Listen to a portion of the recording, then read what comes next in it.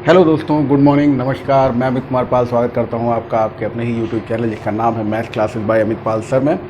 और सिंप्लीफिकेशन की सीरीज़ हम लोगों ने नंबर सिस्टम के बाद स्टार्ट की थी और उस सिंप्लीफिकेशन की सीरीज़ में हम लोगों ने फ्रैक्शंस पे बहुत सारी बातें की हुई हैं। ठीक है, तो फ्रैक्शंस पे जितनी भी बातचीत बेटा हो सकती है वो सब हो चुकी है।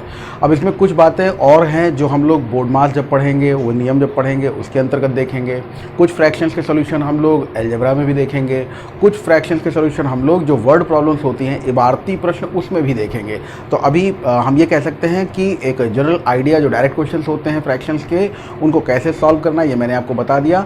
उन क्वेश्चन से मुलाकात अब शहने शहने आपकी सिंप्लीफिकेशन ख़त्म होते होते होती रहेगी और आगे तो होती ही रहेगी। मैं एक एग्जांपल देता हूँ आपको कि ये बात याद करना कि 1/7 है, इसी को परसेंटेज में 14 सही 2/7% कहा जाता है।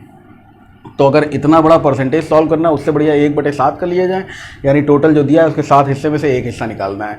कुछ ऐसा ही तामझाम आप देखते चले जाएंगे। जब भी हम लोग बातचीत करेंगे फ्रैक्शंस की, वह हम लोग आगे चल बात करेंगे परसेंटेज की, फ्रैक्शंस की। सब बातें फ्रैक्शन से जुड़ी हुई होती हैं और इनसे क्वेश्चन को करना बहुत ही आसान होता है। फ्रैक्शन ही रिलेट करती है कहीं ना कहीं हमारे रेशियोज़ को, प्रपोर्शंस को, यानी मैथ्स में बहुत बड़ा रोल है इन भिन्नात्मक संख्याओं का, इन फ्रैक्शंस का। खैर, मैं अपनी बात यहीं पे ख़त्म करता हूँ फ्रैक्शंस वाली। जितनी बातें आपने देखी उनको रिपीट करके ज़रूर देखिएगा। फ्रैक्शन एक बहुत ही इंपॉर्टेंट पार्ट है, मैंने आपको पहले भी बताया। आज हम बात करने जा रहे हैं कैलकुलेशन की। कैलकुलेशंस किस तरह से होते हैं और कहाँ कहाँ प्रॉब्लम क्रिएट करते हैं। जो बच्चे बिल्कुल बिगिनर हैं वो हमारी इन बातों को ध्यान दें कि जैसे कभी भी हमारे सामने कुछ इक्वेशंस आती हैं, हम कुछ इक्वेशंस को ले लेते हैं। x+4 इज इक्वल टू 8 बोल दिया, x-4 इज इक्वल टू 8 बोल दिया। थोड़ा थोड़ा गैप देते जाए भाई। x-4 इज इक्वल टू 8 बोल दिया, x into 4 is equal to 8 बोल दिया, या x divided by 4 is equal to 8 बोल दिया। इन सब कैलकुलेशंस में, इन सब सॉल्यूशंस में हमें आगे बढ़ना है। इन सॉल्यूशंस में अगर आगे बढ़ना है, दो और ले लेते हैं। x² इज इक्वल टू 4 बोल दिया और x³ इज इक्वल टू 8 बोल दिया, ऐसा कुछ। ठीक है, तो क्या होता है इस बात को समझिएगा। x+4 इज इक्वल टू अगर 8 है तो इस इक्वेशन में 4 ज़्यादा है 8 से। ठीक है, यानी कि आपस में बैलेंस बनाने के लिए, x के बराबर निकालने के लिए हमें x, ये जो 4 सरप्लस है, इसको अगर हम 4 कम कर दें, तो जो काम लेफ्ट हैंड साइड होगा वही राइट हैंड साइड होगा। अगर इधर हम 4 कम करेंगे तो हमें उधर 4 बढ़ाना होगा। देखिए, इस प्रक्रिया को पूरी तरह से समझ लीजिए, करना कुछ और है लेकिन ध्यान दीजिए है क्या। सीन ये है, सिस्टम ये है कि x+4 बराबर 8। अब ये प्लस में 4 है, हमको केवल x की वैल्यू निकालनी है, तो जो प्लस का 4 है ये खत्म कर दिया जाए, यानी इस प्लस के 4 को माइनस कर दिया जाए, और इधर माइनस किया है तो इधर भी माइनस कर दिया जाए। ये होता है पूरा पूरा मैथमेटिक्स में बैलेंसिंग का एक तरीका, है ना। x जो है वो माइनस में 4 है, इसको इधर से समझिएगा। x जो है वो 4 कम है और बराबर है 8 के।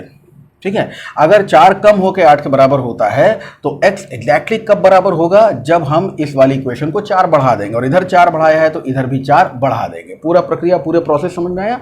अब इसको ऐसे समझो कि प्लस का 4 एक प्रोसेस होता है जिसको हम लोग ट्रांसपोर्टेशन कहते हैं। ट्रांसपोर्टेशन के अंतर्गत प्लस उधर जाके माइनस, माइनस उधर जाके प्लस, मल्टीप्लाई उधर जाके डिवाइड, और डिवाइड उधर जाके मल्टीप्लाई हो जाता है। हाँ, तो यहाँ पे हम लोग क्या कह सकते हैं कि x+4 इज इक्वल टू अगर 8 है तो इसका मतलब है x is equal to 8 minus 4 होगा, और हम एक स्टेप से बच जाते हैं। ठीक है, बात तो वही ना। x की वैल्यू यहाँ पर मिलेगी 8 - 4 से, और 8 - 4 यानी कितना मिल गया, 4। इसी तरह से हम कहेंगे कि अगर उधर भेजेंगे तो x बराबर क्या होगा, माइनस का 4 उधर जाके, 8 तो पहले से है प्लस के 4 में, यानी 8 और 4 आंसर कितना हो गया, 12। तो हम फिर एक प्रोसेस से बच जाते हैं।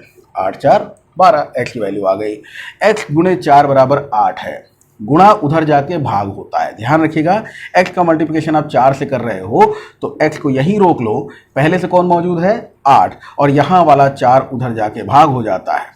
ठीक है, और भाग में जो 4 है ये ऐसे भी लिखा जा सकता है या ऐसे भी लिख सकते हैं इसको, x/4 है ना। x डिवाइडेड बाय 4 का मतलब क्या हुआ, x मल्टीप्लाइड बाय 1/4, यही मतलब हुआ। रेसिप्रोकल हो गया इसका, 4/1 पलट गया, मल्टीप्लाई का साइन लग गया। ये हमने फ्रैक्शंस में बता रखा है आपको। तो x/4 की बात करें, ये अगर 8 के बराबर है तो मतलब साफ है इन दोनों की ही बात कर लो आप कि x डिवाइड हो रहा है 4 से बराबर है 8 के, x डिवाइड हो रहा है 4 से बराबर है 8 के, तो x बराबर जो होगा वो 8 गुणे 4 होगा, यानी हमारा आंसर जो है वो 32 हो जाएगा। तो x is equal to 4, x is equal to 12, x is equal to 32। Clear हो रही है सारी बातें? ठीक है, तो इन सारी बातों पे ध्यान दे दीजिए। x बराबर 4 है, x बराबर 12 है और x बराबर 32 है। इस तरह की चीज़ों को यहाँ पे क्या है, यहाँ पे हमने लिखना, भूल गए भाई, x बराबर 2 है। ये वाला प्रोसेस जो है इसको हम लोग बोलते हैं ट्रांसपोर्टेशन, यानी इस पार से उस पार ले जाना। समझते जाइए, अभी बहुत सारी चीज़ें इसमें जोड़ूंगा। एक्स स्क्वायर बराबर 4 है, स्क्वायर उधर जाके स्क्वायर रूट में बदल जाता है, यानी जब आप x की वैल्यू निकालोगे तो आपको कहीं ना कहीं √4 करना पड़ेगा और वो मान आ जाएगा आपका 2, और क्यूब उधर जाके क्यूब रूट में बदल जाता है, तो x is equal to cube root of 8 और आंसर मिल जाएगा आपको 2। मैं ये नहीं कह रहा हूँ कि कोई इस बात को नहीं जानता होगा, लेकिन बहुत सारे बच्चे ऐसे होंगे जिनको इन बातों से फ़ायदा मिलेगा। इसको ध्यान से देखिए और समझिएगा। कुछ बातें और लीजिए। अब किसी कैलकुलेशन में अगर हमको आगे बढ़ना है, ये वाली बात हटा देते हैं भाई, ये हमने केवल एक इक्वेशन को बैलेंस करना, ये ऐसा क्यों किया जाता है, इस कारण की बात की है, तो वो कारण आप लोग समझ चुके हो। अब अगर किसी भी इक्वेशन की बात हम करें, फॉर एग्जाम्पल हमने एक इक्वेशन ले लिया 4 + 4 × 4 बराबर क्या, 4 + 4 × 4 बराबर क्या, ये निकालने के लिए भाई हमें क्या करना पड़ेगा, 4 और 4 16, सॉरी 4 और 4 8 और 8 चौक 32, कर दिया गलत है ना। हमें लाइन से नहीं चलना है भाई, हमें लाइन से नहीं चलना है, बल्कि हमें नियम से चलना है। और नियम क्या है, नियम है, शायद इंट्रोडक्शन में मैंने इसके बारे में कुछ बताया भी हो, इंट्रोडक्शन में भी बताया होगा, और जब सिंप्लीफिकेशन स्टार्ट किया होगा तो भी इसके बारे में बताया होगा। अब यहां पर थोड़ा सा डिटेल में स्टडी करते हैं। ये हटा दें, यहां पे अगर हमने 4 4 8 और 8 चौक 32 लिख दिया भाई, तो ये मामला गलत हो जाएगा। हमें करना क्या होगा, पहले मल्टीप्लाई और फिर ऐड। तो पहले गुणा करोगे, 4 चौक 16 और 16 और 4 20 हमारा करेक्ट आंसर आएगा। ठीक है, तो इस चीज पे गौर कीजिएगा। मैं पूरी बातों को डिक्टेट कर देता हूं, क्या क्या है ये। बी का मतलब होता है ब्रैकेट। ब्रैकेट हिंदी में कहलाते हैं कोष्ठक, और ये कोष्ठक 3 तरह के होते हैं भाई। ये सबसे बड़ा, box bracket, square bracket, big bracket, फिर करली ब्रैकेट, कर्विलिनियर ब्रैकेट, मंझला कोष्ठक, और ब्रेसेस, पैरेंथेसिस, जिनको हम लोग छोटा ब्रैकेट, छोटा कोष्ठक, स्मॉल ब्रैकेट, और इसके बाद भी ज़रूरत पड़ती है तो हम एक छोटी रेखा यानी बार खींचते हैं, जिसको वी फॉर विनकलम बोला जाता है। विनकलम होती है बार। ये छोटे ब्रैकेट से भी छोटा ब्रैकेट है भाई। एक आध क्वेश्चन इस पे ले लेंगे, हालांकि कॉम्पिटिटिव एग्जाम्स में अब रिसेंटली बहुत सारे एग्जाम्स हमने देखे हैं, उसमें इनके क्वेश्चन बहुत कम मिले हैं। कैलकुलेशन में फ़ायदा देगा आपको।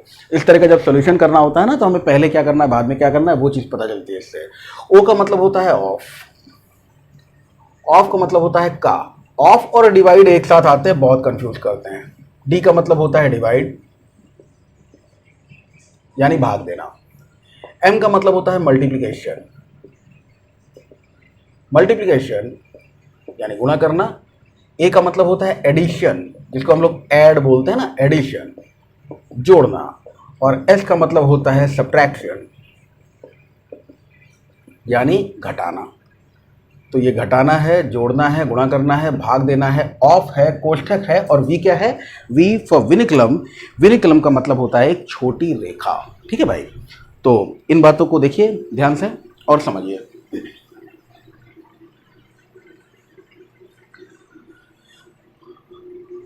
अब सपोज कीजिए अगर हम लोग कुछ क्वेश्चंस बनाना शुरू करें इस पर, तो वो क्वेश्चन किस किस तरह के होंगे, उन क्वेश्चंस पे जरा गौर कर लेते हैं। कुछ क्वेश्चंस लेके आता हूं मैं आपके लिए। चलिए भाई, ये कुछ क्वेश्चंस हैं आप लोगों के लिए।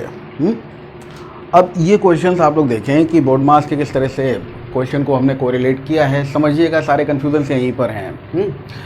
अभी यहाँ पे क्या होता है, 6010 में से 6000 घटा के बच्चा कहता है 10 / 10 बराबर 1, काम खत्म है। सिंपली काम खत्म कर लेता है।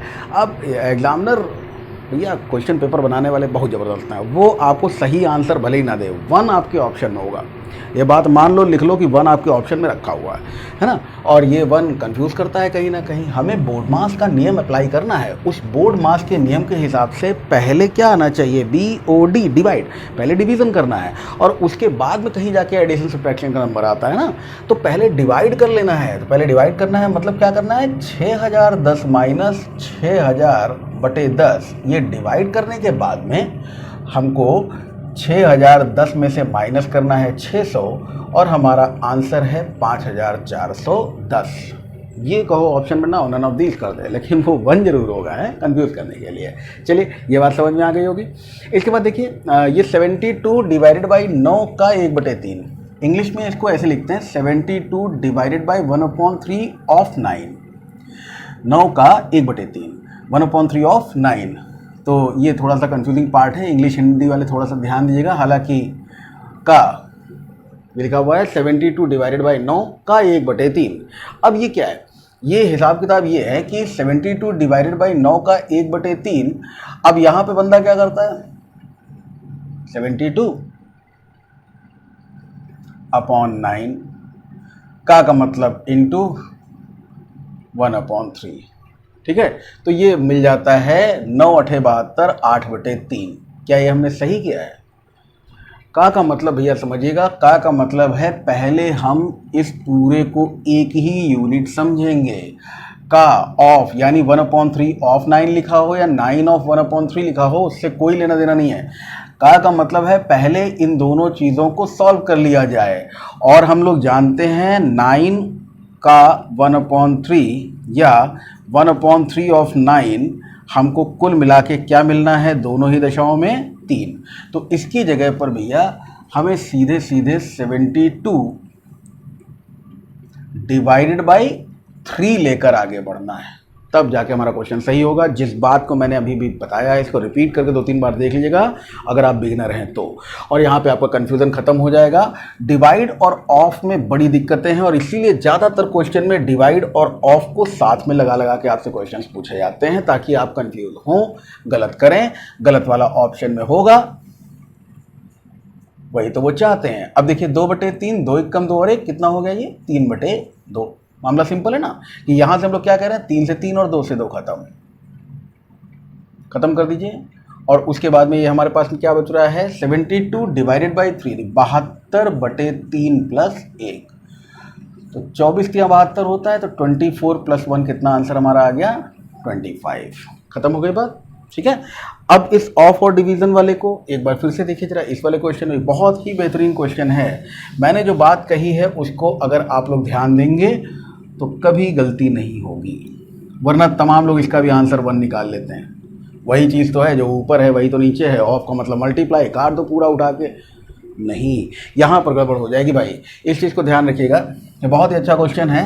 और 1/5 डिवाइडेड बाई 1/25, क्या कहा मैंने, ऑफ का मतलब है पहले मल्टीप्लाई कर लो उसके बाद ही किसी और तरफ, क्योंकि भाई ब्रैकेट के तुरंत बाद ऑफ है, BOD मास है ना, तो ब्रैकेट के तुरंत बाद ऑफ है तो पहले मल्टीप्लाई कर लो, 1 1 1 5 5 25। अब यहाँ क्या है, फिर से 1/25 और डिवाइडेड बाई 1/5, और ये फर्क डाल देगा क्वेश्चन पे, ये अंतर ले आएगा क्वेश्चन में। देखिए अब आपको डिवीजन का प्रोसेस हमने आपको कैलकुलेशन में बता रखा है क्या होता है भाई, 1/5 डिवाइड की जगह लग जाता है मल्टीप्लाई और इसका रेसिप्रोकल 25/1, ठीक है। और यहाँ पर भी वही होगा, 1/25 डिवाइड की जगह लगा होगा मल्टीप्लाई और इसका रेसिप्रोकल यानी 5/1। तो 1/1 मैं नहीं लिख रहा हूँ, ये कितना हो देखो, 5 5 25, तो ऊपर हमें क्या मिल गया, ऊपर मिल गया 5 और बटे में क्या मिला, 5 5 25 यानी 1/5।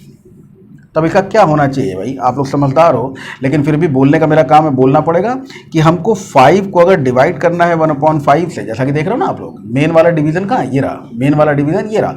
तो 5 को डिवाइड करना है 1/5 से, यानी 5 को मल्टीप्लाई करना है 5/1 से, यानी आंसर क्या होना चाहिए, समझ गए सब लोग, 5 ऊपर जाएगा और 25 बना देगा, तो आंसर 25 है, 1 नहीं है। झटके में हम लोग आंसर इसका 1 निकालते हैं और गड़बड़ कर बैठते हैं।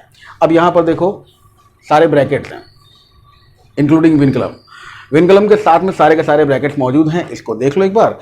कुछ नहीं करना होगा इसमें, वेरिएबल क्वेश्चन है तो आंसर भी ऑब्वियसली वेरिएबल ही आएगा। अब वो वेरिएबल में क्या आंसर आएगा वो चीज़ देखने लायक है। तो कैसे इसको हैंडल करते हैं, सारी बातों को हम इक्वल्स टू करते जा रहे हैं और लिखते जा रहे हैं, सब लोग देखते जाएं। x minus y curly bracket z minus small bracket x minus, अब ये हम जब विनकलम हटाएंगे, बाहर हटाएंगे, मैंने कहा कि अंदर का जो साइन है वो चेंज हो जाएगा। क्यों? क्योंकि बाहर माइनस का साइन है, ये बात हम लोग जानते हैं। तो माइनस का चिन्ह प्लस के y से मल्टीप्लाई होकर y को माइनस बनाएगा, और प्लस माइनस के z से ये माइनस का साइन मल्टीप्लाई होकर इसको प्लस बना देगा, और ये वैल्यू आपके सामने आ जाएगी। करली ब्रैकेट लगा हुआ है, विनकलम हट चुका है, बॉक्स ब्रैकेट या बड़ा ब्रैकेट लगा हुआ है। चलो x माइनस z माइनस, इसको बेटा जिनकी मैथ, जब आपकी मैथ्स अच्छी हो जाएगी है ना, या जिनकी मैथ्स पहले से अच्छी है उनके लिए कोई दिक्कत नहीं है, वो आराम से इस चीज़ को देख सकते हैं। अब क्या करना है, विनकलम हटाने के बाद में स्मॉल ब्रैकेट हटा देते हैं। जब आप स्मॉल ब्रैकेट हटाओगे तो प्लस का ये x है ना, प्लस माइनस माइनस हो जाएगा, तो माइनस का x, माइनस माइनस प्लस का y, और माइनस प्लस माइनस का z। कहने का मतलब ये हुआ कि सारे साइन चेंज होते चले जाएंगे। अब इस चेंजिंग ऑफ साइन वाले फिनोमिना से हुआ क्या, यहाँ पे गौर कर लेना कि माइनस का z और प्लस का z ये दोनों कैंसिल हो गए। तो अंदर हमारे पास में माइनस का x प्लस का y बचा हुआ है, और अब हम करली ब्रैकेट को रिमूव करने जा रहे हैं। तो y माइनस कर्विलीनियर ब्रैकेट में माइनस x प्लस वाई, इस कर्विलीनियर ब्रैकेट को जब आप रिमूव करोगे तो देखो जरा क्या होगा। करली ब्रैकेट जैसे ही आपने रिमूव किया, माइनस माइनस प्लस हो गया, ठीक है, यानी इन दोनों के बीच में लगने वाला साइन कौन सा हो गया, प्लस, और माइनस प्लस कितना हो गया, माइनस हो गया, ठीक है भाई। और इस बार आपको मालूम है कि क्या होना चाहिए, करली ब्रैकेट हटाने के बाद में माइनस के y से प्लस का y खत्म हो गया, प्लस का x बचा हुआ है, और अब बाहर माइनस का साइन है, x माइनस x, यानी कि हमारा आंसर कितना आ रहा है, 0। तो ब्रैकेट पर एक बहुत ही बढ़िया क्वेश्चन था, साइन कैसे चेंज होते हैं इस बात को देख लो आप। यहाँ पे 4 क्वेश्चन हम ले लिए, चारों सेलेक्टिव क्वेश्चन ना, चारों बहुत सारी चीज़ें आपको सिखाएंगे। मैं कुछ और क्वेश्चन लेता हूँ, तब तक आप इन पे ध्यान दें। चलिए भाई, 2 क्वेश्चन फिर आपके सामने आ गए।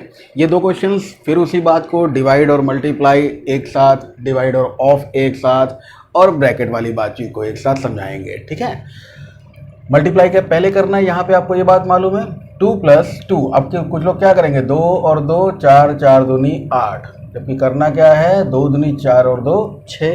तो यहाँ पे सबसे पहले क्या करना है, मल्टीप्लाई, तो 2 + 2 दूनी 4। और यहाँ बेटा सबसे पहले क्या करना है, डिवाइड और मल्टीप्लाई है। तो अभी फिर से मल्टीप्लाई अगर पहले कर दो तो गड़बड़ हो जाएगी ना, पहले डिवाइड करना है। तो जब आप करोगे 2 को 2 से भाग तो 1 मिलेगा, 1 × 2।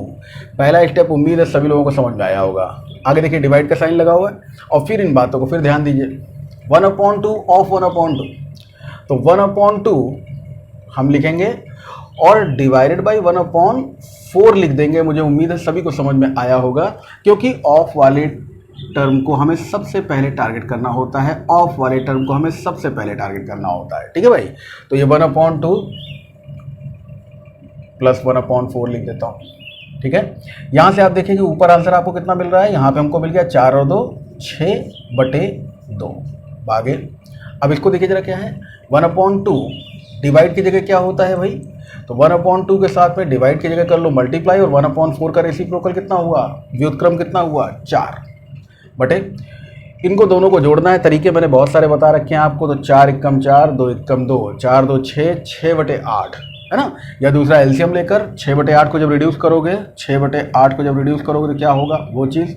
या दूसरी बात एलसीएम लेकर 4 और 2 का एलसीएम 4 ही रहेगा, 2 दूनी 4 और 4 × 4, यानी आपको मिल जाएगा इधर 2 और इधर मिल जाएगा 1। 2 + 1 3/4, और वैसे भी आप देख सकते हो कि मिल कितना रहा था, 3/4। चलिए ये रिड्यूस कर लीजिए जरा, 2 × 6, इसको काट लें और 3 लिख दें भागे।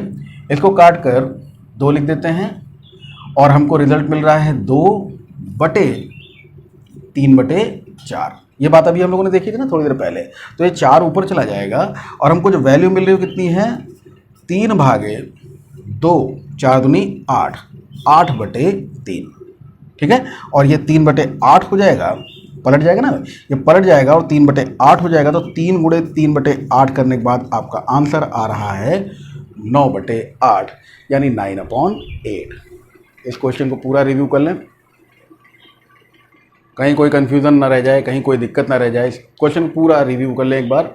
और हाँ, ये हो सकता है कि 9/8 जो यहाँ पर लिखा हुआ है, इस 9/8 की पोजीशन पे आपको ऑप्शन में हो सकता है 1 सही 1/8 लिखा हो। That's not a great issue. आपको मालूम है 9/8 है तो वो 1 सही 1/8 ही है, ठीक है। चलो भाई यहाँ पे आ जाओ। यहाँ पे फिर वही ब्रैकेट सॉल्व करने वाली बात है ना। इतने बड़े बड़े क्वेश्चंस बेटा अब एग्जाम का हिस्सा नहीं बनते हैं। कैलकुलेशन आपका अच्छा हो, एक बार प्रैक्टिस ज़रूर करिएगा। पुरानी किताबों में बहुत सारे क्वेश्चंस दिए हुए हैं। ये क्वेश्चन भी मैंने RS अग्रवाल से उठाए हुए हैं, ठीक है। तो 2 दूनी 4 और 1 ये हो गया हमारे पास 5/2 माइनस 1/2 प्लस। अब इसको कैसे सॉल्व करोगे? सबसे छोटा ब्रैकेट सबसे पहले सॉल्व करना है, और छोटे ब्रैकेट से भी छोटा ब्रैकेट क्या है? विनकलम। 7 कम 7, 6 कम 6/6 सते 42। ये मैंने आप लोगों को बता रखा है किसमें? ये जब हमने कैलकुलेशंस देखे थे कि फ्रैक्शंस को कैसे सॉल्व करना है, तब हमने ये बात आपको बता रखी है, ठीक है। अब यहाँ पे क्या हुआ? 5 माइनस 3/4 प्लस 5/2। कुछ बच्चे पूछते हैं सर सारे ब्रैकेट इकट्ठे खोल दे तो आएगा आंसर, कोई दिक्कत नहीं है। लेकिन सबका ध्यान रखना भाई, ये माइनस का है, ये माइनस का है, ये माइनस का अंदर साइन चेंज कर देगा, ये माइनस का है वो सारे साइन फिर से वही लगा देगा, ठीक है। तो बहुत सारी चीज़ों को ध्यान रखना पड़ेगा। इससे बढ़िया रहता है क्लोज करते चले जाओ। हाँ, बाकी बातें एग्जाम के हिसाब से लिखने की ज़रूरत नहीं है, बस जितना सॉल्व कर रहे हो उतना लिखो। अब मुझे तो पूरा सॉल्व करना, पूरा लिख लिख के दिखाना पड़ रहा है। तो यहाँ पे क्या हुआ? 5/2 माइनस 1/2 प्लस 1/42। अब ये जुड़ेगा, पहले जोड़ दीजिए। जैसे सिंगल टर्म मिले वैसे ही आप ब्रैकेट हटा दीजिएगा। जैसे यहाँ सिंगल टर्म मिला मैंने वो हटा दिया। अब इसी तरह से इसको सॉल्व करते जाएं तो 5 माइनस 3/4 प्लस 5/2 माइनस, देखिए एलसीएम कितना मिल गया हमें? 42 एलसीएम मिल गया। 2 से ये जाएगा 21 टाइम्स और 42 से जाएगा 1 टाइम्स, तो ये हो गया 21 + 1, ठीक है। 21 + 1 21 और 1 22 हो गया। तो 5 माइनस 3/4 प्लस करली ब्रैकेट में 5/2 माइनस 22/42। अब इसको रिड्यूस करके भैया छोटा कर लीजिएगा, सलाह यही है हमारी। ये आपने देखा, काटेंगे तो कितना मिल जाएगा? 2 से 11 बार और 2 से गया 21 बार। 11/21 हमारी नई फ्रैक्शन आ गई, ठीक है। अब इसको सॉल्व करेंगे। को प्राइम नंबर है, ध्यान रखिएगा, 3/4 प्लस को प्राइम नंबर है, कर सकते हैं ना, 21 × 5, 21 × 5 हो गया 105, माइनस 11 दूनी 22 और बटे 21 का दुगना 42। अभी सिंगल टर्म में कन्वर्ट हो गया भाई, हटा दीजिए इसको, केवल बॉक्स ब्रैकेट लीजिए। और रिजल्ट हमें क्या मिला? रिजल्ट हमें मिला 5 minus with in box bracket 3/4 plus 5 में से 2 गया 3, 5 में से 2 गया 3 और 10 में से 2 गया 8, 83/42 42। अब दोनों को प्राइम नहीं है तो एलसीएम लेके काम कर लेते हैं। 5 माइनस 42 और 4 का एलसीएम हो जाएगा 84 84। और यहाँ से देखिए 4 से 21 बार 84 जाता है और 21 का 3 गुना 63 हो गया। प्लस लगा दीजिए 42 से दुगना और 2 को 83 से मल्टीप्लाई करेंगे तो 2 8 16 और 2 तिहाई 6, 166 जोड़ दिए इसमें। 5 माइनस हमको रिजल्ट क्या मिला? ब्रैकेट हटा देते हैं, 6 और 3 9, 6 6 12, 229/84। तो 5 माइनस 229/84, ठीक है। अब सॉल्व करिए इसको भाई। 84 से 5 बार, 84 × 5 करेंगे कितना हो जाएगा? तो 4 पंजे 20, 2 5 8 40 और 2 42। 420 माइनस 229 डिवाइडेड बाई 84, ठीक है। घटा दीजिए। 5 से मल्टीप्लाई करने का एक तरीका मैंने कैलकुलेशन के दौर में बताया था आपको कि अगर किसी भी नंबर को 5 से मल्टीप्लाई करना है तो उस नंबर के आगे 0 लगा के बटे 2 कर देना, आंसर जल्दी आएगा, ठीक है। तो यूज़ करते रहिएगा सारी चीज़ों का। यहाँ पे मुझे सॉल्व करना है तो चलिए 10 में से 9 गया, तो 10 में से 9 गया भाई, 1 बचा। ये हमारे पास में 1 ही है। 11 में से 2 गया, 9 बचा। ये 3 है, 191/84 ये हमारा आंसर है, ठीक है। ये 2 क्वेश्चन आपके और हो गए।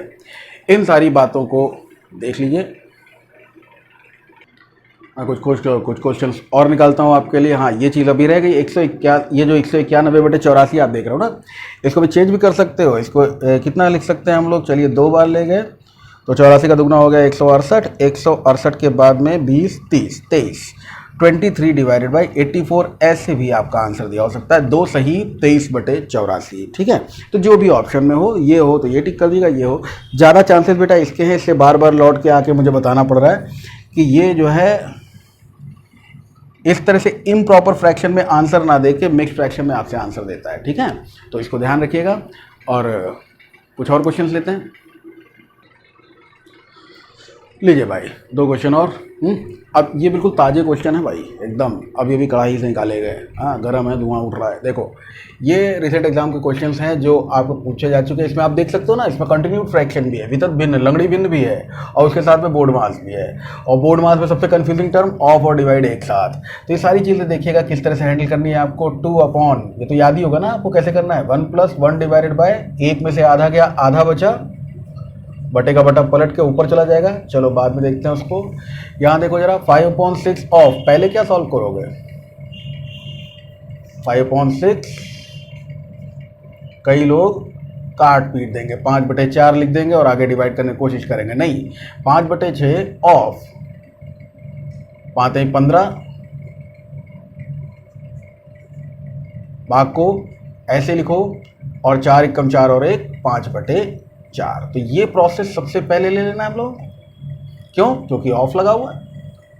इसके हिसाब से देखा जाए तो 3 दूनी 6 हो गया। और उसके बाद में देखिए क्या मिला हमको, 2। अब ये बटे का बटा पलटेगा, 2/1 + 2 × 3 यहाँ देखो क्या है, 5/4 भागे 5/4। क्या कह सकते हो इसको? 5/4 भागे 5/4, ये रिश्ता क्या कहलाता है ना? जितना है उससे उसकी भाग दे दिया। 2 और 1 3, तो आंसर क्या आ गया? आंसर आ गया 2। ठीक है भाई, इसको देखो जरा, ये बड़ा हल्का क्वेश्चन था। 9/20, जितने ब्रैकेट वगैरह और बार वगैरह दिख रहा, कोई मायने नहीं है उसका। देखो किस तरह से, 1/5 + 1/4 प्लस, देखना यहाँ पे 5/6 माइनस, देखो 2 एकम 2, 3 एकम 3, 3 2 5 बटे 3 दूनी 6। अब रिश्ते समझिएगा भाई, 5/4 को जब 5/4 से डिवाइड करते हो तो 1 मिलता है ना, 1। लेकिन जब घटा देते हो तो क्या मिलता है? ये रिश्ता क्या कहलाता है? 0। यहाँ पर वैल्यू हो गई 0, तो ये 0 हो गया।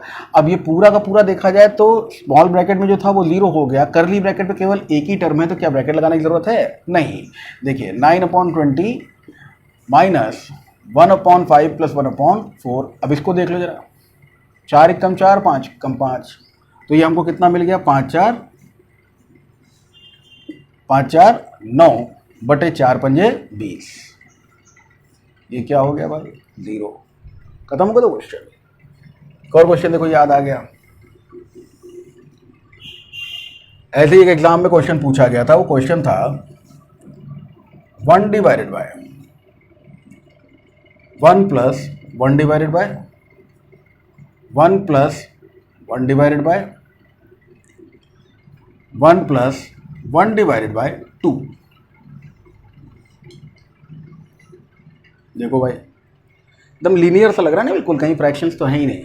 और इसमें फ्रैक्शन का अपने आप इंडल्जन हो जाता है। किस तरह से देखते जाओ, जैसे यहाँ पर क्या हुआ, 1 डिवाइडेड बाय, चलो लिखा रहने दो। अब ये 1 + 1 डिवाइडेड बाय 1 + 1 डिवाइडेड बाय, तो पहले ब्रैकेट सॉल्व करते हैं ना, 1 + 1 डिवाइडेड बाय। अब यहाँ क्या हुआ, आगे देखो 1 + 1/2। बस भैया यहीं खेल शुरू हो गया, फ्रैक्शन बनना स्टार्ट।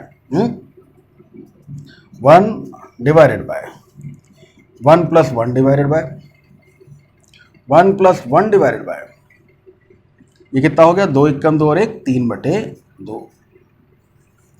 ब्रैकेट हमने खत्म करके कोई गलत काम तो नहीं किया भाई, ध्यान दीजिएगा।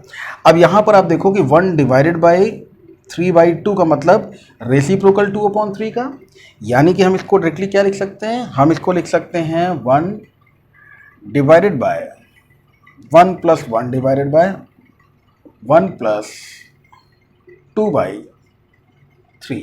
देख लीजिए भाई, 1 डिवाइडेड बाई 3/2 का मतलब क्या हुआ? 1 मल्टीप्लाइड बाई 2/3, और 1 मल्टीप्लाइड बाई 2/3 मतलब 2/3। बात वही ना, 1 डिवाइडेड बाई 3/2। इस पूरे पोर्शन को जरा समझिएगा, ये वाली बातचीत को, इसको हमने डायरेक्ट लिख दिया है। इसका मतलब अगर 1 डिवाइडेड बाई 3/2 करोगे तो मतलब 1 मल्टीप्लाइड बाई 2/3 करोगे ना, और इसका मतलब 1 मल्टीप्लाइड बाई 2/3 क्या होगा, 2/3 ही हो जाएगा। या इसको ऐसे देखो कि 1 डिवाइडेड बाई 2/3 अगर हम ऐसे लिख दें 1/3/2 तो पलट के क्या हो जाएगा 2/3, 1/3/2 यानी पलट के 2/3। अब देखो 1 divided by 1 plus 1 divided by 3 एकम 3 2 5/3, फिर वही कहानी है, तो 3/5 डायरेक्टली लिख देता हूँ इसको। तो ये हो गया 1 डिवाइडेड बाय 1 प्लस 3/5, ठीक है। इसका मतलब क्या हो गया 1 डिवाइडेड बाय 5 एकम 5 3 8/5, और इसका मतलब क्या हो गया 1/8/5 यानी 5/8। तो इतना सिंपल सा आंसर। अब इसमें क्या है, इसमें ऑप्शन में दे देता है 1/2, तमाम बच्चे फंस जाते हैं उसमें, ये नहीं आएगा, ऐसा दिमाग में आता है ना, ये थोड़ी ना आएगा यार, कुछ और आएगा है, तो वो कुछ और नहीं आएगा, 5/8। ऐसे ही टेढ़े मेढ़े आंसर्स आपको मिलेंगे, इस पर भी गौर कर लीजिए, ठीक है।